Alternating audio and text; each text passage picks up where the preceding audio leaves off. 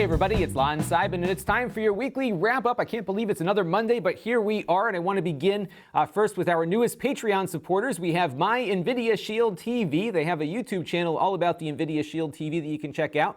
The Quiros family, Jason Koling, Isaac Hanna, and Imre Saba all gave through the tip jar. And I want to thank everyone who contributed to the channel this week, as well as everyone who has been contributing on a regular basis, and of course, all of you who watch on a regular basis too, because as I always say, all those things combined equal channel growth. So I want to thank everyone for their support of the channel. So what did we do in the last week? Well, I got only 2 things up on the extras channel this week. I had a bunch of other stuff I was working on, and I didn't do too many unboxings, but I will be doing more this week. So you can see me unbox the ThinkPad 13 and the Epson scanner that we reviewed this week. And then on the main channel, of course, we reviewed those items. So we had the ThinkPad 13 go up yesterday. I was really disappointed with this one because I really liked last year's version. It was very inexpensive, but very well equipped. It had the ThinkPad ruggedness. It had an i3. It had a 1080p display. Now all of that stuff are add-ons, and the $699 starting point on this one really doesn't get you all that much, unfortunately. So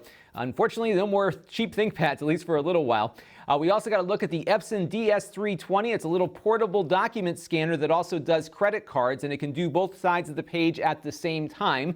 So lawyers really like these things. You can throw it in your bag and take it with you to scan documents on the road. Kind of a, not a broad audience for this kind of stuff, but these are very useful products if you are looking to scan large amounts of documents on the road.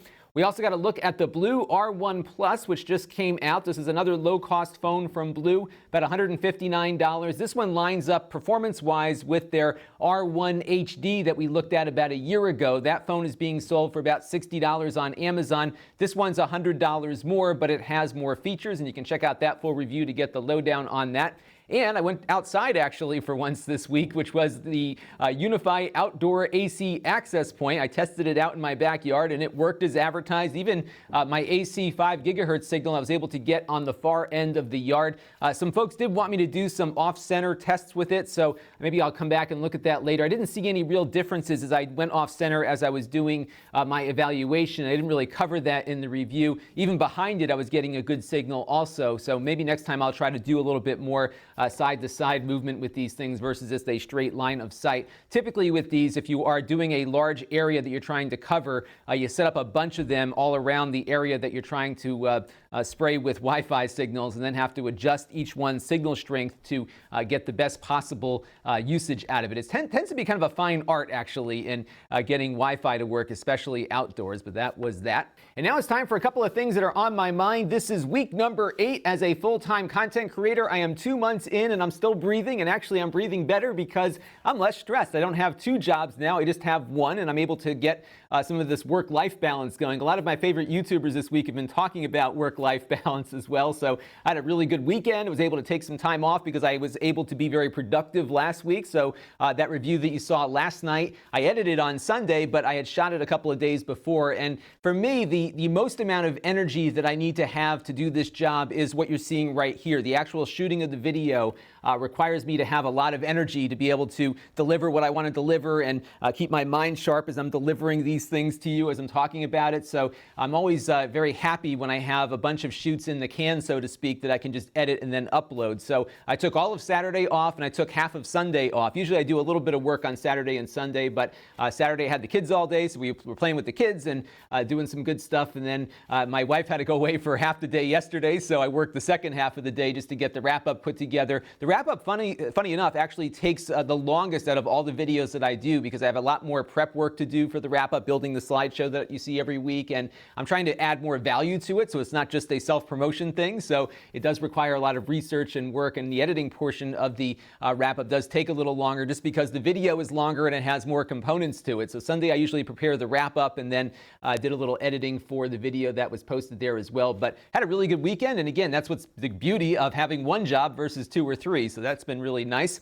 And then I wanted to follow up on something from last week because I had mentioned from a viewer actually who mentioned it to us that the Octane benchmark test was going away, and Saturn Otaku, who's a very frequent commenter on the channel, pointed me to this blog post from the Chrome team who recommends Speedometer. So I think this is the one we're going to use. If it's good enough for the Chrome team, it's going to be good enough for us. And what this one does is it actually simulates actual user interface kinds of stuff. So making forms render and having JavaScript process on screen and whatnot. It actually is a pretty cool benchmark, and you can see it running here as to what it does. And we're going to be using this one now as our new benchmark moving forward. So I'm going to use Octane for a little bit longer because it's still somewhat current. It's not being updated anymore. But as we start moving into the rest of the year here, you'll start seeing the speedometer test take over. I do need to go through some of the other computers that I still have lingering behind me in the storage room and run the test on those. What's been nice about the speedometer test is that it seems to be more consistent from one test to the next versus Octane. So Octane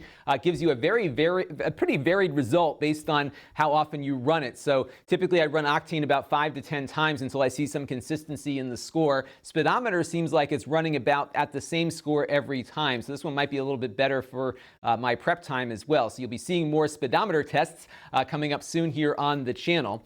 And we also have a benchmark page set up. So Jared Decker here was wondering if we have a place for you to go to actually see these comparisons, because typically what I do when I do a review is I put up maybe 4 or 5 comparative points for a laptop I'm reviewing, for example, but I have a master spreadsheet where I keep all of my benchmark results that's in Google Docs. So I have a link to it, which I mentioned about 2 years ago. I haven't actually given you the link in a while. So if you go to Lon.TV/benchmarks, you can see the full spreadsheet that I use and all of the different computers that I have tested so far since the channel began. And if you follow me on Facebook, you might have seen that I picked up a new game for my Nintendo Switch this weekend, Mario Kart 8. I'm having an absolute blast with this console, more so than I thought I would have. In fact, I wasn't intending on buying it, but I was able to get one when it came out. I bought it from B&H Photo and Video, where apparently a lot of people weren't looking for the Nintendo Switch. So I was able to get it into the channel and review it on launch day or close to launch day. And you can see that review down below in the master playlist. And what was funny about the Switch was that until I got it in my hands, I really didn't get it. And now that I have it and play with it, I really do understand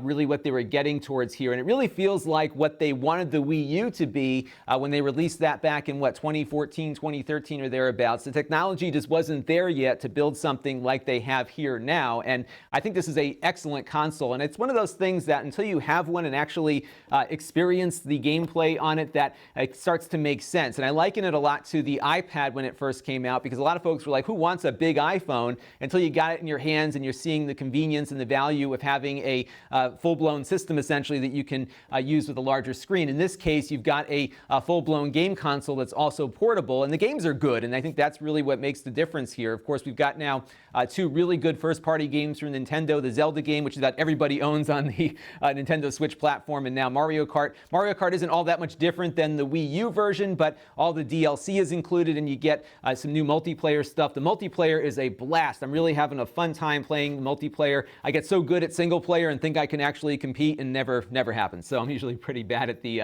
multiplayer stuff, but I'm having a real good time with it, and I really am enjoying this console a lot more than I thought I would. Where it goes from here is the big question, because Nintendo really has to keep pushing out these quality first-party titles, and they have to attract third-party developers. And I do think that we're going to see a lot of indie development on this console because it is selling well, better than Nintendo expected, actually. And there's a building audience for this device and games on it. And I think a lot of indie developers are going to be drawn to it just because it is a very good ecosystem, I think, for these independent games. I got the new Wonder Boy 3 remake, as well as Blaster Master Zero, and a couple of other ones are on the platform now also. And it's just a great place to play those kinds of games. And those games are very well suited for the hardware of the Switch, because the Switch is not going to be able to do some of the stuff that you get on your Xbox One or PS4, but it can do some of this indie stuff really well. I'm really eager to see how the Switch differentiates itself insofar as its library is concerned moving forward. And it's a great opportunity for independent developers also, and for consumers, because I think Nintendo's going to do a little more curation than some of the other game libraries out there that you might see on the PC. So I'm really eager to see where this goes. Better than I expected, and I think it might actually be a hit. So we'll see what happens when we get through the holiday season. And while we're on the topic of Nintendo, Jacob Lanning was wondering if I had any opinions on the 2DS XL, and I think it's probably a good idea for Nintendo to keep pushing out the 3DS platform, because it's doing better than the Wii U did. So they really have to keep 2 things going at this point, I think. But at some point when this 2DS, 3DS thing runs its course, they'll probably switch everything over, so to speak, to the Switch and maybe make a smaller version of it, because it wouldn't make sense for them to have a separate portable platform now that we're at a point where you can really get a full console quality experience on the road, which is what we're seeing with the Switch, especially with the Zelda game in particular. But this is a 2D version of the 3DS, and they've had one before that was kind of like a slab. It didn't look all that great to me, but it was designed a lot for people with on a budget or for kids, because Nintendo did not recommend kids use the 3D screen out of fear that they might hurt their eyes or something. So they had this 2D platform for a while that runs the 3DS games.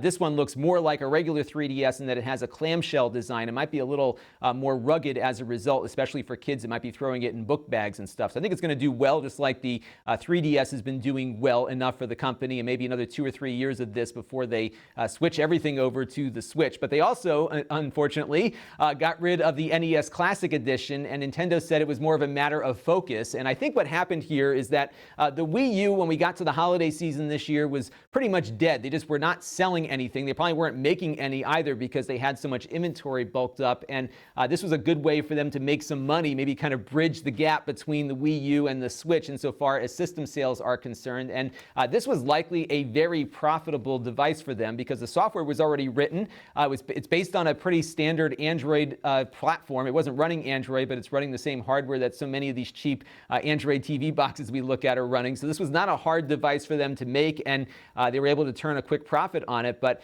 they really need to focus now on the Switch, which did better than they expected it was going to do, as did the NES Classic, unfortunately. But I don't think we're going to see more of this stuff from Nintendo unless the Switch sales kind of fall apart as they get closer to the holiday season. But at this point, I don't see that happening. I think they've sold over 2 million Switch units at this point, which was more than they thought.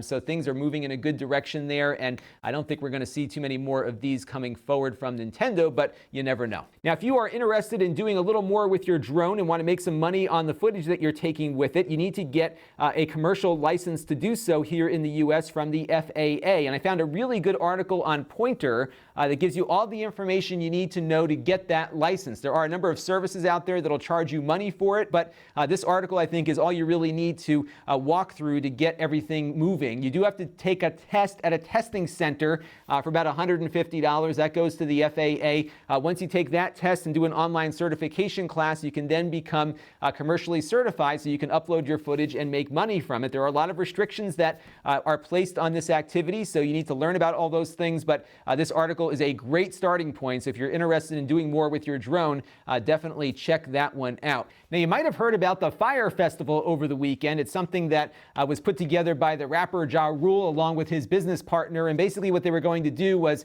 have you pay a couple of $1,000s, get on a plane to Miami, and then they'll fly you over to this remote island in the Bahamas for an exclusive concert event, and it was going to be great, but it turned out to be something other than great. In fact, it was pretty downright awful. Apparently, a whole bunch of people arrived on the island. Nothing was ready for them. The concert was basically canceled, and there was a whole bunch of people who had paid a lot of money who then got stranded on an island eating, I kid you not, cheese sandwiches and salad for a day or two. I think they're all off the island now, but it was a total disaster. But I wanted to bring it up on the channel here because there's some relevance to some things that we talk about quite a bit, which is how influencers need to disclose their relationships. So the headline here in Vanity Fair was how it was built on Instagram and died by Instagram. In fact, the Instagram platform was the only way they promoted this event, and the Fashion Law blog about a month ago, long before this became a complete disaster, pointed out that the models that they used, some of them are on the photo there, that they used to promote this event on their Instagram pages were not disclosing that they were being compensated for doing so, including Bella Hadid here. So this was an example of the Instagram ads that went out. She had 88,000 likes on this thing, and she said she can't wait for the Fyre Festival coming soon, but nothing to indicate that she was being compensated for this promotion. And what was really funny is just reading some of the comments here. Look at Amanda Fumba there, who says, hey, it's because I looked at the site. It says, it's got all the international festivals. Fyre is going to be the new Coachella. Who knows if Amanda Fumba here is being paid as well to promote this stuff. This is the kind of crap that goes on out there, especially in the fashion world. And some of these models and other Instagram celebrities get a couple $100,000 per post. Isn't that insane? It'd be a great job if you can get one, right? So you can see just how much influence they have over consumers. And this is really why it's very important to be upfront with your audience to tell them when somebody is paying to deliver a message in front of them so they can use their judgment to decide whether or not it's something worthwhile. But in this case, because it looked like something organic, I think it carries a lot more weight when that disclaimer is not put next to the ad. Now, this little email snippet is more relevant to the channel here. So over the weekend, I got got an email, like I always do, from one of these little Chinese companies who want to have us review some doodads or whatever. And I never usually review this stuff because nobody's looking for it, which means that I'm not going to get a lot of search traffic from it. And it just isn't a good thing for me to review here on the channel. Unless it's something really unique and different and interesting, I usually just ignore these emails and move on. But every once in a while, one of these Chinese companies, instead of using the blind carbon copy field, puts everybody's email address in the to field. And every once in a while, a creator hits the reply all button and we get to see what they're sending back to these brands. So check this one out from a YouTube creator who says he has over 111,000 subscribers. He says, I charge a fee of $200 with 50% required upfront for the exposure and awareness, but also the fact that I might generate sales for your product. And if it's something you're interested in, he says he'd be happy to discuss it with them further. Now, this is not an issue if the creator is disclosing that they're taking money for these products to be featured. But guess what? I went on that creator's channel and he's not doing that. He's just putting them up and reviewing them like anything else you might see out there on YouTube. And what's funny was when he realized he had the reply all button, he says, I'm usually so careful. Of course, he's so careful to cover his tracks so that nobody finds out he's on the take. Well, now you all know you should be charging to help promote products instead of helping to promote them for free. And this is 100% wrong. If you are taking money to promote products, then you are putting advertisements on your channel, which is perfectly fine if you wish to do that. But you need to disclose it, and this is something this person is not doing. And this is the kind of stuff that drives me crazy because social media platforms are maturing and they need to continue maturing in order for them to be viable platforms for independent creators like myself. I am a small business now doing this full time just by myself. And if I get associated with this guy and everyone else like him who's on the take, it's not going to help promote the platform as a means for serious media. And it's going to be very difficult for brands to want to invest in marketing themselves on this platform as a result. And this is why I do those disclaimers on every video that I do. And I also think this is why if your favorite creators are not disclosing the relationships they have with the brands that they review on their channel, you need to ask them to start doing that, because all it takes is 10 or 15 seconds to say, yes, I got the product for free, or no, I bought the product and I've had a prior sponsorship relationship with the company. It's all you need to do. I don't know why it's so hard for people to not say these things and instead leave their audience guessing as to whether or not they're being paid to deliver a message to you or they're giving you their true organic feelings on something. So that is why I will continue to disclose on every video the relationship I have with the company and where the product came from, so that you can make your best judgment as to whether or not I am giving you accurate information, because consumers need to be armed with the information that they need to make a proper decision, and it does a disservice to you for your favorite creators not to be doing that. So just my 2 cents on this, but this is just another example, both small and large, as to how this medium can be something really great, but also can be a bit of a pitfall and kind of a Wild West environment right now because there just is not enough people out there to enforce the law, which is why I think it's so important for creators to be transparent so you know exactly where we're coming from.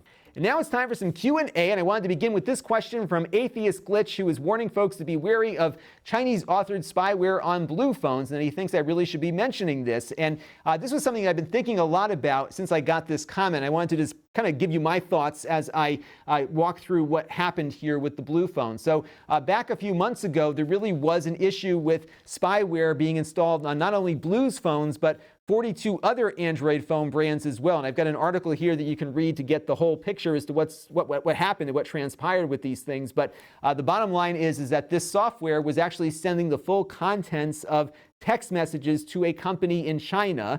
They say they were asked by one of their 42 branded partners to come up with some ways of finding ways to filter out spam messages as they came in, because the company that was getting this information is basically responsible for putting the entire Android installation together for these phones. And one of the things you should know about Blue is that they're not like Apple, where they design the phone in a lab here in the United States and then have somebody build it to their exact specifications. What they do is work with contract manufacturers who have a large part of these phones already designed, the camera functionality, the motherboards, for example, and everything else, and they give them some specifications and say, we want a phone that does this, and the contract manufacturer comes up with the phone and the price. And in many cases, these phones are largely already designed from a hardware standpoint, and Blue specifies the different components that they'd like to see put into the phone. That's how they're able to sell them at the price that they can sell them at, because they don't have all the R&D expenses. But at the same time, the internals of that phone are likely the same internals that might be on a half dozen other phones out there as well. But everyone can benefit from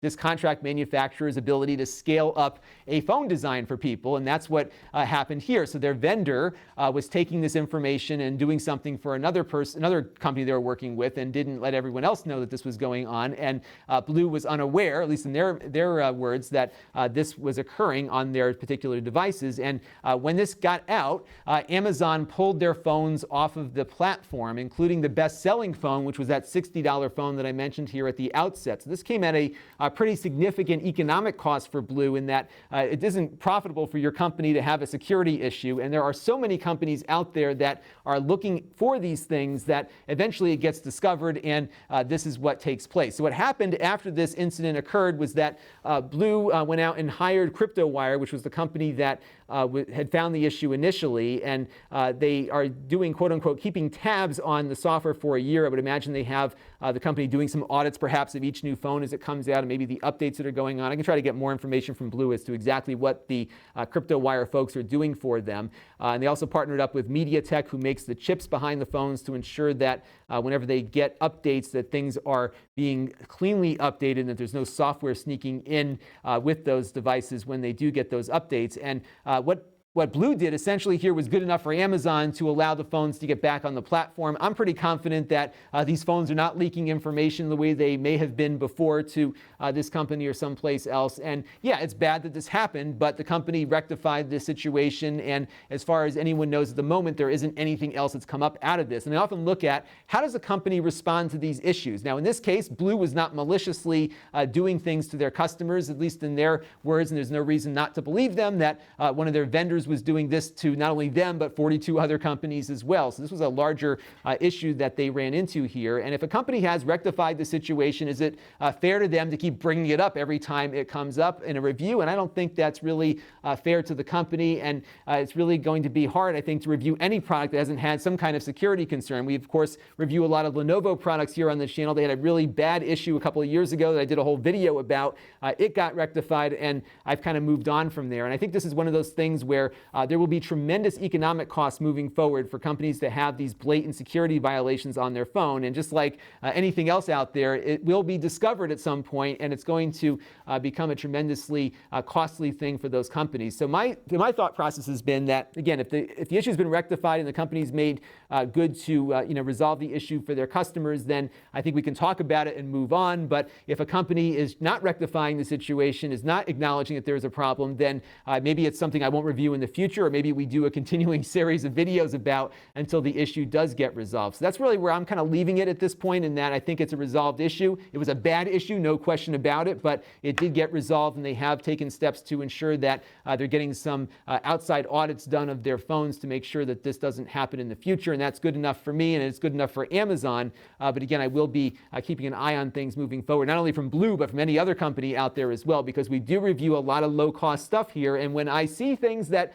look questionable to me that may or may not have a real issue, I will bring them up. A great example are some of those Windows installations we see on some of those cheap PCs we get from GearBest, where they come with an administrator account already installed on them. That's a big no-no for me, but it doesn't mean that there's a security issue. But if I see it, I will certainly raise it to you moving forward. But I would love to get your opinions down below in the comments, because it's going to be hard to find a company that doesn't have some kind of security concern moving forward. And I think it's more fair to everybody to bring up issues as they come about. If the issue does not get resolved, to continue reporting on that. If it does, we move on. But again, I'd love to hear your thoughts on that down below in the comments. And Dexter Valdez writes in asking about whether or not I have plans to do a comparison video, kind of like a best of some of the lower cost budget devices that I look at. And I've thought about doing these, but I don't typically get them all at the same time, which makes it hard to say that this one is the best when another one could show up a week from now and be a little better, and I have to reset the whole thing and do it all over again. So That's been one reason.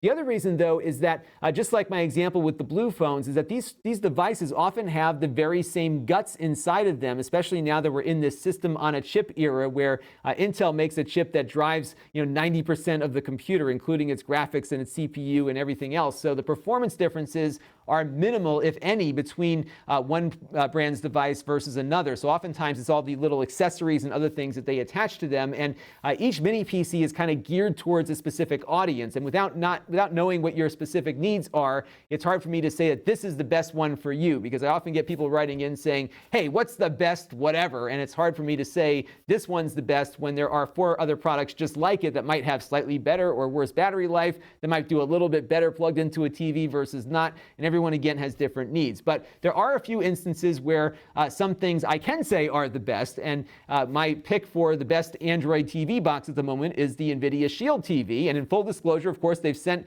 1 or 2 of them to the channel over the last 2 years or so, but I've also bought about 2 or 3 of them as well. And it's a great product. And I have yet to find an Android box that's better than that one. So when someone says, what's the best TV box for me to buy, 9 times out of 10, it's the NVIDIA Shield TV, because it really is the best. There's nothing else that even comes close to it as far as performance is concerned. But on many of these budget laptops out there, they all tend to feel about the same to me insofar as their performance and overall build quality. And there are very specific reasons why one might be slightly better than the other. But again, it's hard for me to say that this one is the best because I don't know what your particular use case is. Love to hear your thoughts on this down below in the comments. And now it's time for a Q&A for you. And speaking of budget devices, I am always on the lookout for more of them. I'm kind of running short on some right now to review, so I'd love to get some suggestions of phones and computers and other things that you're seeing out there that don't cost all that much money and are not being reviewed all that much out there. I'm eager to always find these things and do a review of them. And I'm really looking to do a lot more with smartphones. I'm hoping to get a few more from GearBest over the next couple of weeks, and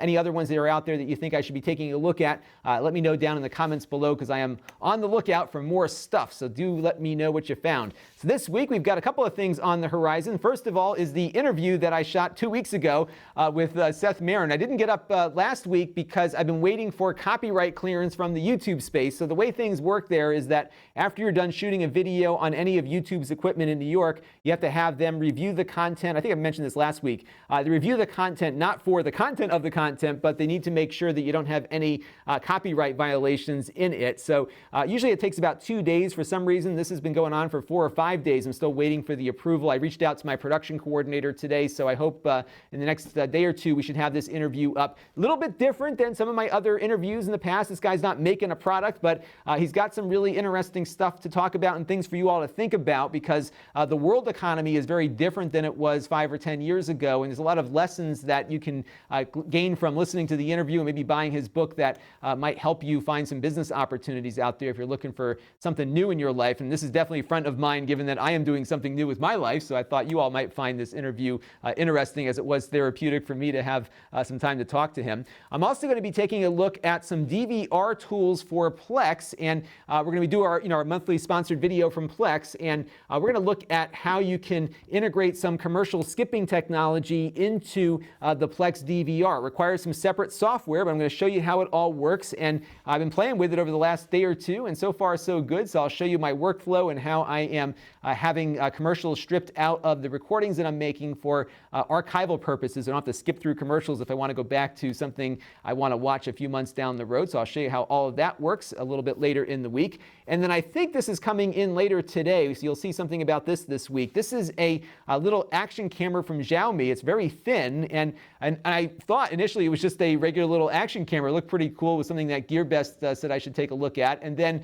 I went on the site today just to take another look at it. Turns out it's one of these 360-degree cameras. I didn't even realize it at the time that they were sending me information about it. So I'm really eager to try this out. It's really thin, and they said that actually reduces the blind spot area in between the lenses when you stitch things together. So we'll have plenty to look at with this camera when it gets here. So I'll be playing with that later in the week. And I did want to give an update on the bevel for you, because I've been mentioning this the last 2 weeks. This is an attachment for your Android phone or your iPhone, and it's a little laser that makes a 3D selfie. Basically, you can take 3D scans of things. It's not working all that great, and to be honest with you, it's not worth the review. So this will be showing up on a didn't make the cut video a little later in the month. I've already got 3 products ready to go for that.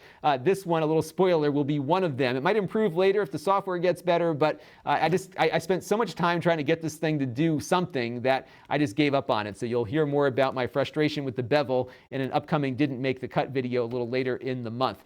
And our channel of the week this week is the Lazy Game Reviews, another one of my favorites, as they all are. And he is a lot more than just game reviews. He actually does a lot of vintage technology videos, really high quality stuff, well researched. He did a thing recently on the power button and how it got the icon that it has across all these different brands of electronics that we use. He's done a whole bunch of different things, all around technology. He's got an LGR thrift series where he goes out to local thrift stores looking for old and interesting stuff. Really entertaining. He really does a tremendous job. You got to check him out. And he posted a video last week that really talked to me called Life and Stuff, where he talks about his own work-life balance and how he had to find that balance to his life when he started doing YouTube full-time. It really is hard not to be down here just producing all day long and all night long, and he really went through that and figured out a way to kind of balance out his life a little bit better. And he did the video because he got some criticism over the fact that he stores a lot of his vintage technology in a storage unit and does some of his shooting from there. Some people thought that was crazy, that he's this big tech guy, yet doesn't actually keep the tech with him in his house. I actually commend him for having a separation so he can keep the stuff off-site. It's not taking over his entire living space, and I've been through that. So it's really fun to see how he went through that. But he also talked about just his general workflow and everything else. A really good channel. I would definitely suggest, if you haven't ever seen one of his videos, check it out, and you will spend a lot of time on there, because if you like the stuff I do, you're going to love what he does. So great channel there. Now, if you want to help support this channel, you can go to Lon.TV/Patreon and make a monthly contribution to the channel. We also have my tip jar set up at Lon.TV/tipjar. And I just learned the other day that you have to be in the US to leave a tip on the tip jar. I thought it was going to allow international cards. It apparently does, but you have to have a US zip code to do it, which was odd. So I have another alternative, which is Venmo. If you've never heard of that, you can send me a thing at Lon.TV on Venmo. It's basically an app that's owned by PayPal that makes it very easy to give money to your friends. I've actually found it to be pretty useful. I had to use it for something the other day. So if you are international outside the US, and you want to help, that's one way to do it. You can also go on Plex and sign up for a free account. We still have that affiliate relationship going. So if you just sign up for a free Plex account, no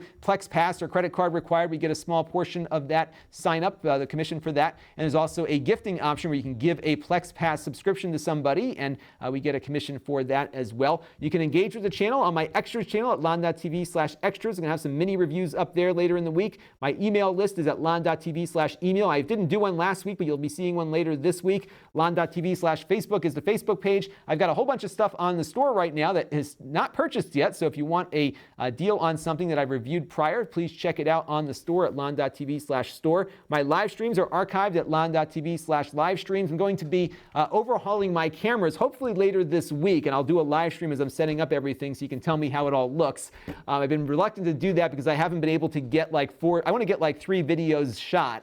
And then when I have that buffer there, I can start messing around with the equipment, because I am very particular about how this space works. And I come down, I push a button and start recording, and any change to that really freaks me out. So I want to have 2 or 3 days worth of content ready to go before I start this process. But I think this week I'm going to be able to do that. So stay tuned.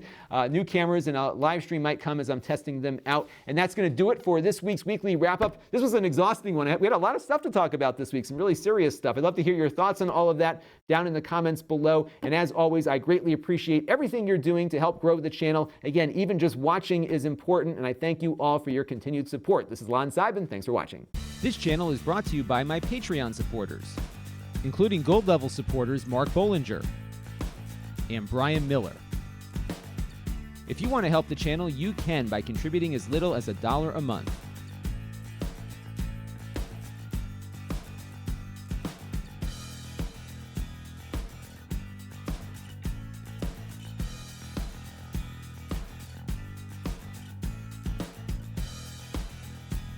Head over to Lon.TV/Patreon to learn more.